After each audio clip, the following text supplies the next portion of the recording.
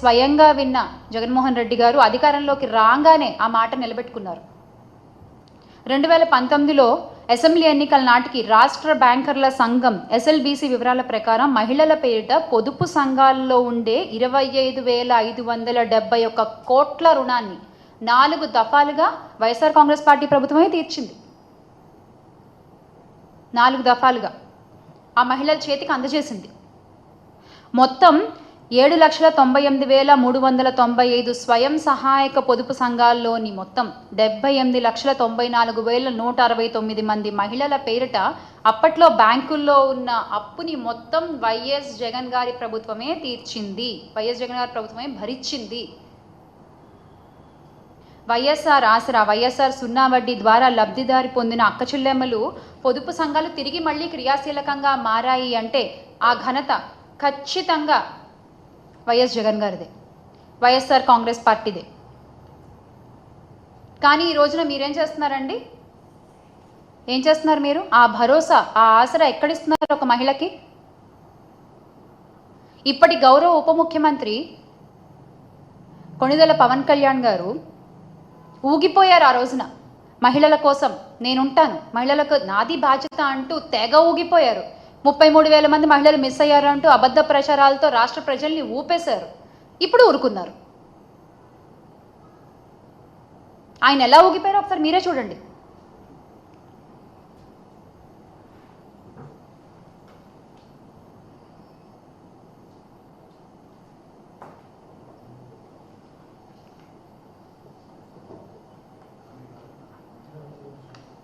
అసలు ఇన్ని అఘాయిత్యాలు జరుగుతుంటే, ఇన్ని అనర్థాలు జరుగుతుంటే సేమ్ క్వశ్చన్, ఇంకెంతకాలం భరించాలి మేము కూడా?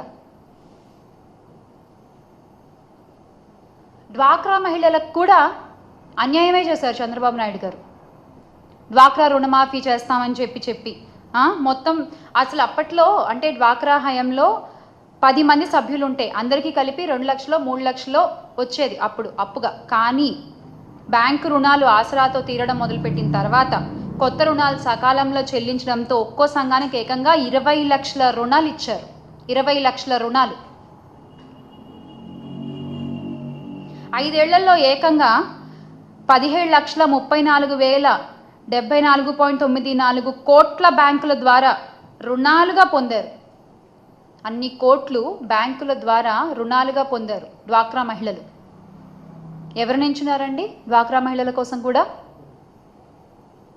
వైఎస్ఆర్ కాంగ్రెస్ పార్టీయే నించుంది. వైఎస్ఆర్ కాంగ్రెస్ పార్టీయే ముందుకొచ్చింది. కానీ మీరు ఈ రోజున చెప్పే మాటలన్నీ కూడా ఒట్టి మాటలు అన్నమాట. ఒట్టి మాటలు. 50 ఏళ్లకే పెన్షన్ అన్నారు, అది ఒట్టిదే. నిరుద్యోగ భృతి అన్నారు, అది ఒట్టిదే. పెన్షన్లలో కోత పెట్టి మరీ పెన్షన్లు ఇస్తున్నారు. అందులో కూడా మళ్ళీ ఒక మెలిక. ప్రతి మాటలో ప్రతి దాంట్లో ఏదో ఒక మెలిక ఉంటుంది. ఏది తిన్నగా చెప్పరు, ఇది ఇస్తాం, ఇది చేసాం అని ఒకటి చెప్పండి. మీరు మీ గుండెల మీద చేసుకుని మీరు చెప్పరు, మీరు చెప్పలేరు కూడా. తల్లికి వందనం మరో మోసం. ఇక దీపం గ్యాస్ సిలిండర్ అయితే 3 అన్నారు, అది 1 అన్నారు. ఆ 1 వస్తుందో రాదో కూడా తెలియదు ఇప్పుడు. అది ఇంకో పెద్ద మోసం. సూపర్ 6 అయితే ఉట్టి దగా. అసలు ఆడబిడ్డ నిధి దగా. ఇక ఉచిత బస్సు గురించి మాట్లాడుకోవాలి మనం ఇక్కడ. ఉచిత బస్సు గురించి అయితే మొన్న మా జగన్మోహన్ రెడ్డి గారు కూడా అన్నారు, మా పార్టీ అధినేత, రాయలసీమ మహిళలందరూ కూడా ఎదురు చూస్తున్నారు, అలాగే ఇతర జిల్లాలు ఇతర మహిళలందరూ కూడా ఎదురు చూస్తున్నారు, ఏం చేశారు ఆ బస్సు ఎక్కి తిరిగి చూసొద్దాము అని చెప్పి అని అన్నారు. ఆయన అన్న తర్వాత అయినా మీరు ఏమన్నా దాన్ని అమలు పరుస్తారేమో, చిన్న హామీయే కదా అని ఎదురు చూసాం మేము. కానీ మీరు అనౌన్స్ చేసిన విధానం చూస్తే మాత్రం అద్భుతం. అసలు దాని గురించి మనం మాట్లాడుకుందాం. ఇది చూడండి. ముందు చంద్రబాబు నాయుడు గారు ఉచిత బస్సు గురించి మాట్లాడిన మాటలు చూద్దాం ఒకసారి.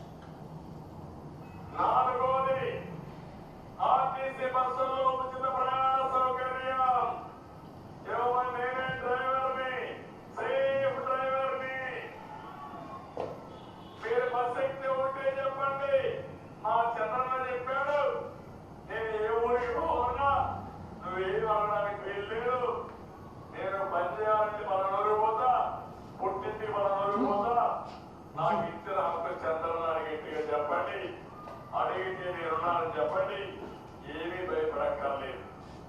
ఇవన్నీ నేను చేస్తున్నామంటే నేను చేస్తున్నామంటే ఒక ఉద్దేశంతో చేస్తున్నా. మీకోసం జగన్మోహన్ రెడ్డి చేసేది, జగన్మోహన్ జగన్ రెడ్డి అతను కనిపెట్టుకొని వస్తాడు.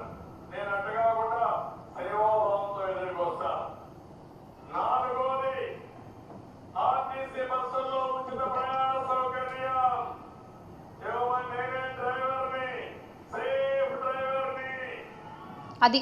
అది ఆయన మాట్లాడిన మాటలు.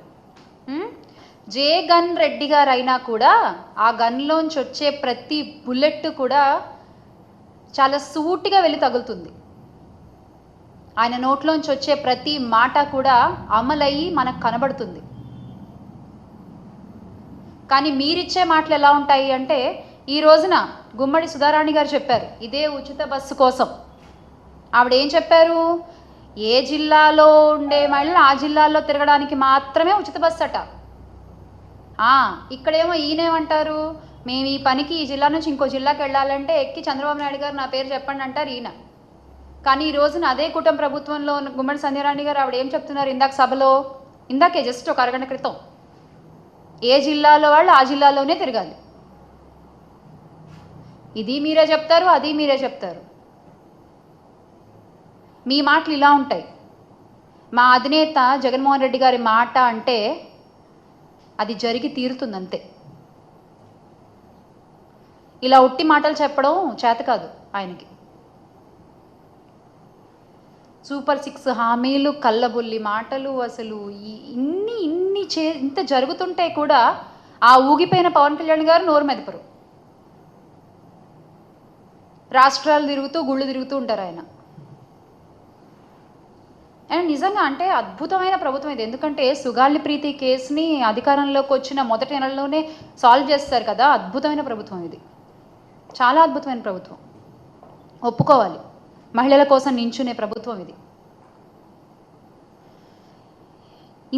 ఇన్ని కేసులు 16,000 18,000 కేసులు ఉన్నాయని గొప్పగా చెప్పుకుంటున్నారు కదా. ఇన్ని అన్యాయాలు జరిగాయి, ఇన్ని అత్యాచారాలు జరిగాయని చెప్పుకుంటున్నారు కదా. నిజమే, చాలా గొప్ప ప్రభుత్వం ఇది. కానీ ప్రజలకు కావాల్సింది ఇలాంటి ప్రభుత్వం కాదు. ఇలాంటి ప్రభుత్వం కాదు ప్రజలకు కావాల్సింది. తప్పు జరిగితే వెంటనే ఏం జరిగిందో తెలుసుకుని నిందితుడికి శిక్ష పడేటువంటి ప్రభుత్వం కావాలి వాళ్ళకి. అది వైఎస్ఆర్ కాంగ్రెస్ పార్టీ హయాంలో దిశ యాప్ వంటి గొప్ప యాప్ల ద్వారా జరిగింది. మహిళలకి ముఖ్యంగా అన్యాయం జరిగిన వాళ్ళ చేతులు వెరక్కొట్టి కూర్చోబెట్టిన ప్రభుత్వం ఇది, వైఎస్ఆర్ కాంగ్రెస్ పార్టీ ప్రభుత్వం. మీ కూటమి ప్రభుత్వం లాగా కళ్ళబొల్లి మాటలు చెప్పే ప్రభుత్వం కాదు. చేతల్లో చేసి చూపించేటువంటి ప్రభుత్వం వైఎస్ఆర్ కాంగ్రెస్ పార్టీ ప్రభుత్వం. గత 5 ఏళ్ళు చేసి చూపించాము, మళ్ళీ చూపిస్తాం. ఈ అంతర్జాతీయ మహిళా దినోత్సవ సందర్భంగా మహిళలందరికీ ఒక్కటే మాట చెప్పాలనుకున్నాను. మళ్ళీ త్వరలో మీరు ధైర్యంగా తిరిగే రోజులు వస్తాయి. మళ్ళీ మీకు ఆసరా లభిస్తుంది, మళ్ళీ మీకు భరోసా లభిస్తుంది. అది ఒక జగన్మోహన్ రెడ్డి గారి ద్వారానే మనకు సాధ్యమవుతుంది. So make Andhra great again with Jagananna.